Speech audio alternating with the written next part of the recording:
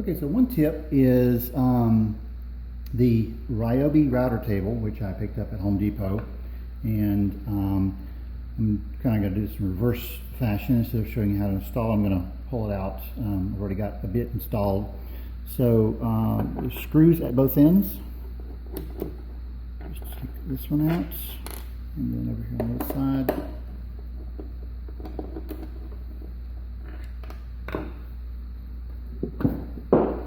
And then this whole assembly just lifts right up.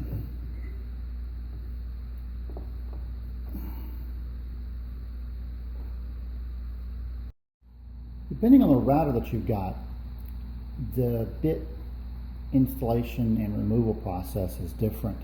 This particular one is a Porter cable, and you have to use two, I suppose if I were referring to World of Warcraft or something, arc spanners. One of them goes on the bottom nut.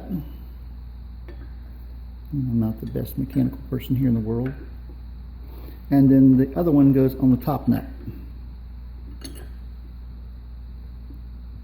Like that.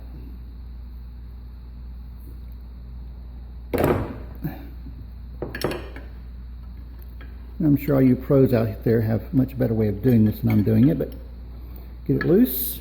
And by the way, as you're working around these bits, be very careful because most of them have razor sharp edges. Just loose enough, and then it should simply pull out. Now, another point to make as you're getting started with this is the shaft here. This is a 1/2 inch shaft. Some of the routers support 1/2 inch and 1/4 inch, and some of the bits of course are also 1/2 inch or 1/4 inch. Everything I've researched so far recommends getting the 1/2 inch bits and the 1/2 inch routers for better stability. There is also, with this particular router, a 1/2 inch adapter. So this particular, excuse me, I'm sorry, that's 1/4 inch. So this just comes right off, and you can see you've got both of those. And you just simply pick the one that you need and screw that right into the top of the router. Now, if you're going to load a bit, then push it all the way down and then pull it back up about 1/8 of an inch, and then tighten that nut down, usually with your fingers, and then of course use the 2 wrenches to repeat the process to tighten it. And you don't want to break it, just put a real good snug fit on it. Also, if you plan on making any panel doors, raised doors, like for example the edge that I have here on this one, and then the pieces that go on the side here, you're going to need a good bit set. The set I have here is about $200, a little bit more, at WoodCrafters, and one bit makes the edges here. It does the top part as well as the center part there. Another bit handles the end pieces, and then this third bit will handle taking care of this edge here on that particular door. And also, while I'm mentioning it, this particular bit is 3.5 inches wide. And spin this up here.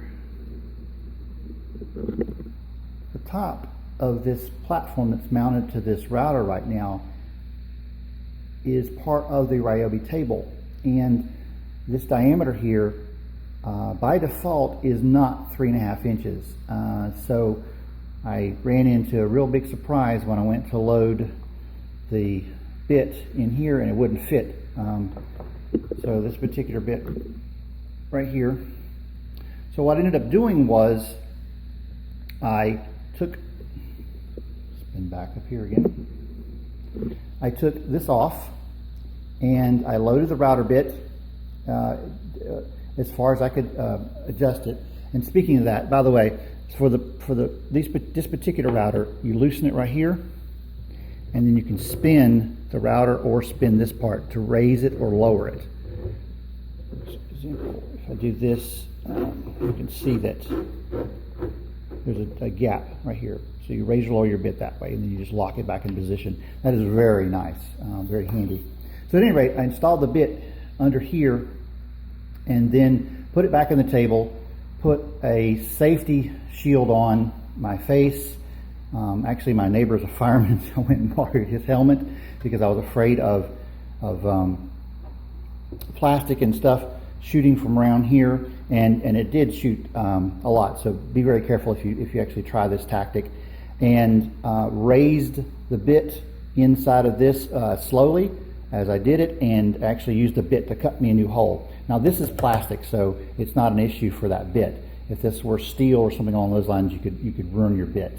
But just be aware, if you haven't bought anything yet, that if you plan on doing doors or anything else really fancy, some of the bits are larger than others. For example, when I first started looking at bits, I was looking at this one, and of course that will fit through just about anything. It's slender enough that there's not an issue.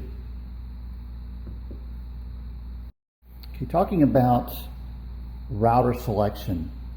Now I actually got this router as part of a deal when I bought a jig for making dovetail joints, and I'll go over that later as far as the jig is concerned. But the Porter cable does something very nice. You actually can take this off.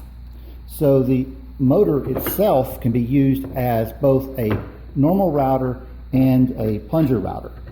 And to put that back on, you just crank it back down and then lock it into position. I haven't purchased the plunger router part of it because when I first got started on this, I guess I didn't do enough homework, and that's why I'm trying to make this video for you guys. Hopefully it'll help you. I got this little rascal, which is actually a very nice little router, the Ryobi 2 horsepower plunger router. Now the difference is, just like kind of sounds plunge, you can actually push this down. There is a lever here in the back to lock the position. So if I push it down, I'll push that right there, it's going to stay put. Now that's really handy for if I wanted to put a groove in this door for a handle or something, I could plunge it down and pull. It's also got the guide here. There's a number of adjustments to keep it from going too far or too high, things along those lines. However, here's the challenge with this thing trying to do the doors. These springs here compress. So when you try to mount this in the router table, it has to go up, and actually it doesn't go up far enough to be able to set the bits where you want them from a level. So I highly recommend, if you're going to be doing router work, probably don't get the Ryobi plunger. Router work, when I mean as in the doors and things, and go with something like the Porter cable, which has an adjustable base to it. So you can take this off. They actually have a plunger base that you can put on this. I haven't checked the price, but I think I saw something on the internet the other day for like $45 for the plunger part of that. And that way you have one motor for two different things, or just simply get two routers, depending on how your budget's working. Okay, so for loading the bit in the Ryobi, it's a little bit different than the Porter cable. Oh, and by the way, for bits like this, be very careful because that's a very sharp edge. You can actually cut yourself quite easily with that. Just simply insert it as far down as it'll go, pull it up about 1/8 of an inch, and then this little button right here is very handy. That actually locks the shaft in place, and then you can tighten the nut around it.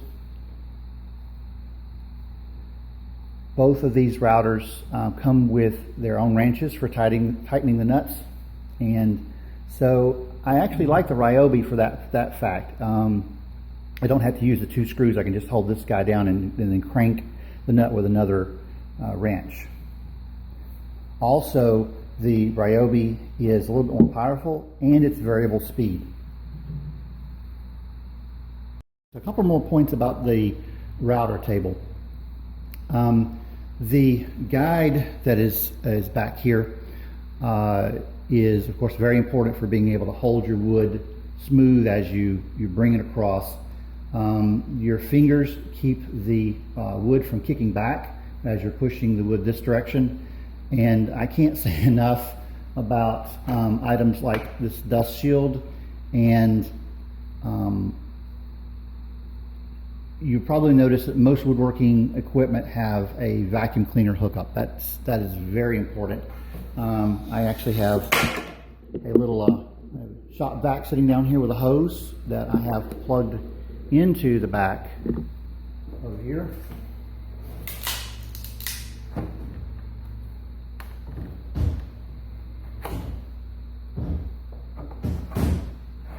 And of course what that will do is as the router is running, it'll create a vacuum here and suck all the dust and particles into the vacuum cleaner.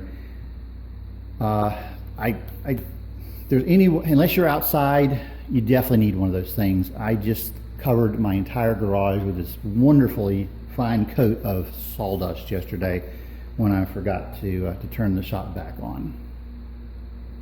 Okay, so here's a good use for the plunger router, the Ryobi that I was showing you guys a moment ago. Right now, the bit is way too far out. It's going to actually cut into the table, and I don't actually want that. So I'm going to push it just enough. The camera angle is a little bit different from where I'm at right now. Push it just far enough to catch the edge. I push that lever down to lock it into place. And then the on-off switch is over here on the side.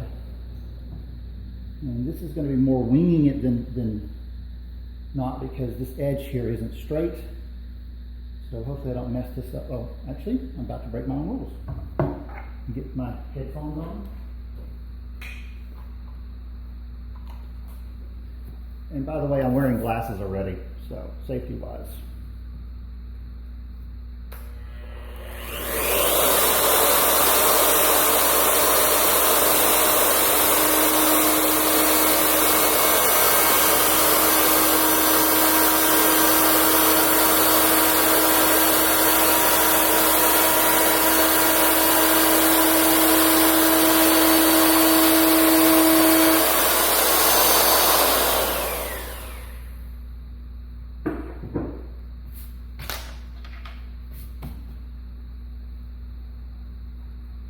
Very smooth. Now the boards won't catch on it.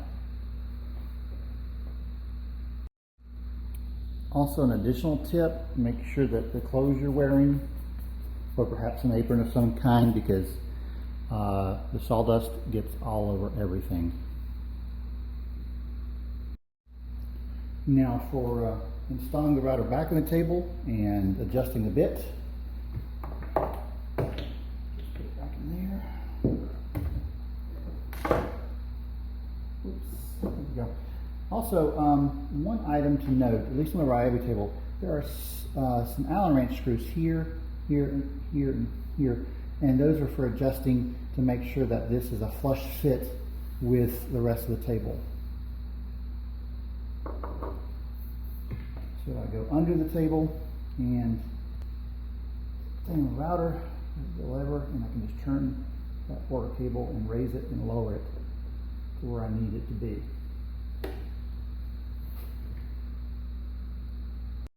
Another tip is, while you're out buying this stuff, if you don't already have one around the house, a nice brush. You could use a paintbrush, but something with some soft bristles on it really helps trying to clean things up in a hurry.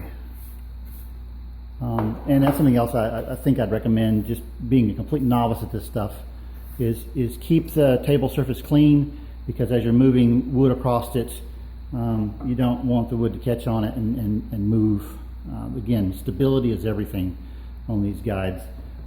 Also, as far as the table is concerned, if I had to do it again, I probably would recommend spending a little bit more money on the table. and get a metal one so that you don't have the imperfections in the wood. Although this is a really nice table for what I paid for it. It's nicely marked, has all your measurements here, also your measurements along here, and perhaps a little bit later I'll do something about setting up the guide at least against the bits, because I've got to do some more. I have to fix these ends on this particular part of the door because I didn't have the bit. Now my challenge with the last run is this upper part right here. I didn't actually raise the router bit high enough, and so I didn't cut off enough off the bottom of this tenon.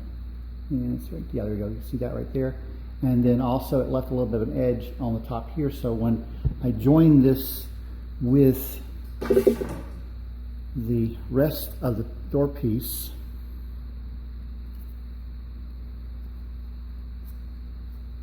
actually it goes this way, edge right there where these two join, and yeah, there you go, very top of the screen. You can see that the pieces aren't flush up here, there's a ledge. So we've got to adjust that. So what I'm going to attempt to do, and you guys can learn this with me, is this is the piece that was cut wrong, and I'm going to try to adjust the router to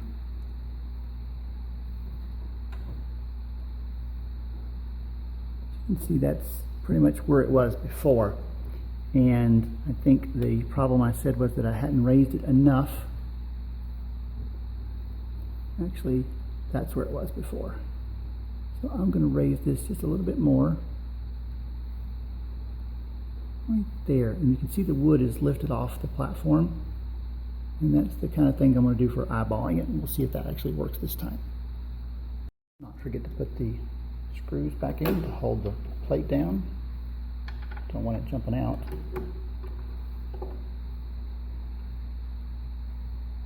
Now the other part of this is the guide rail that's behind it to adjust it. So you pull it forward.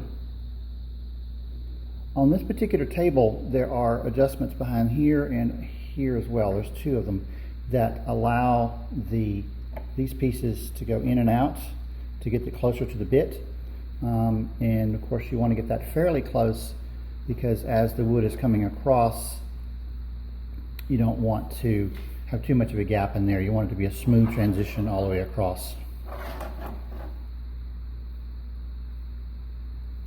Now one of the things I've found that helps me adjust that fence back here is using an old scrap piece, which is the first door I ever made. And of course this trial and error kind of thing, but there's this the edge that's on this door.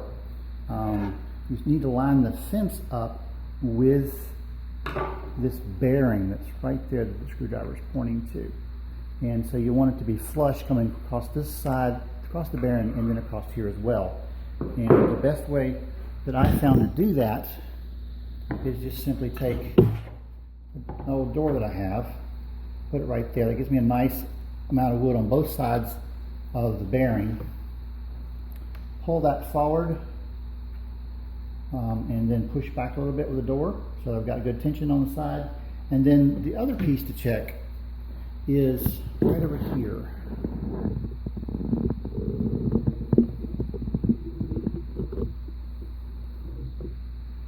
The adjustments that are labeled over on the side, there's also another one on the other side of the router, and you of course want to get those exactly even. So you do play a bit of a balancing game, kind of rocker board game with this, in trying to try to keep the pressure on the center on the bearing, and then push on one and pull back on the other. And if you hold them both together and squeeze them together, you usually can rock it back and forth, little nudges, little taps, until you get it just right, until they both are exactly the same amount of distance on this side and on the other side. Now that I've got the adjustments right on both sides here, there's knobs on both sides of this guide as well, one here and one on the other side. So we just crank those down.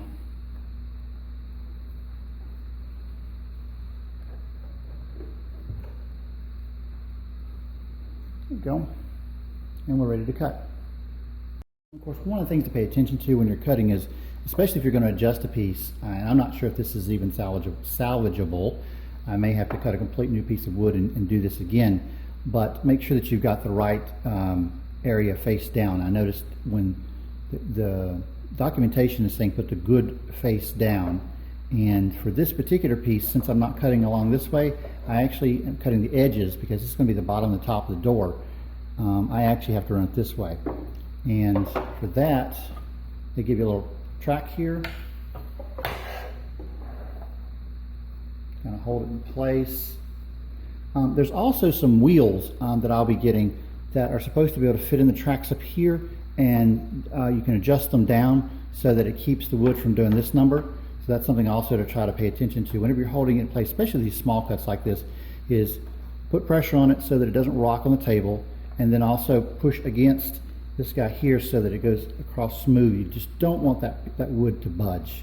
And so let's go ahead and hook that up and make the cut.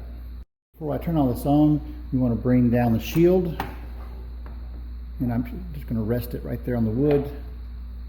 Reach over and turn on the shop vac.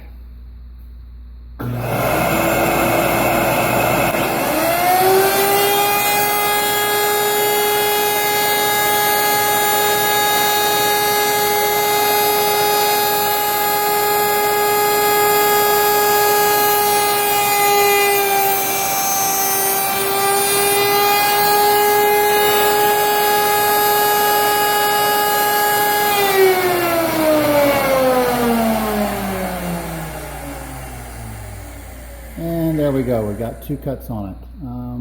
Let's see how that works. If I was able to salvage that piece or not.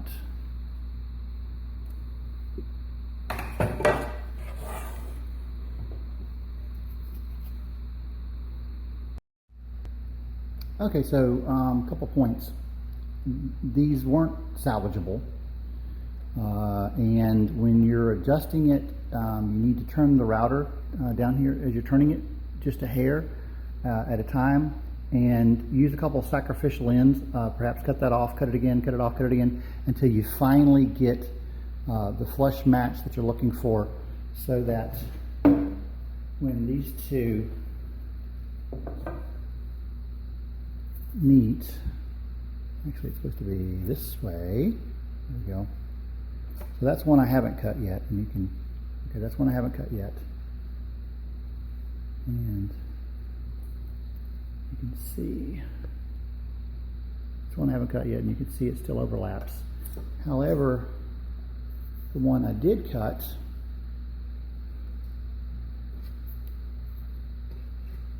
this other side, I think this will go together.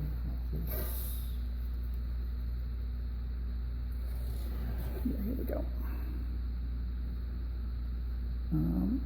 It's too low. So I adjusted it too far in the other direction. You see that lip right there. So that's the real challenge of this. And so what I want to do is adjust a little bit. Ideally, I want that to be completely flush right across there.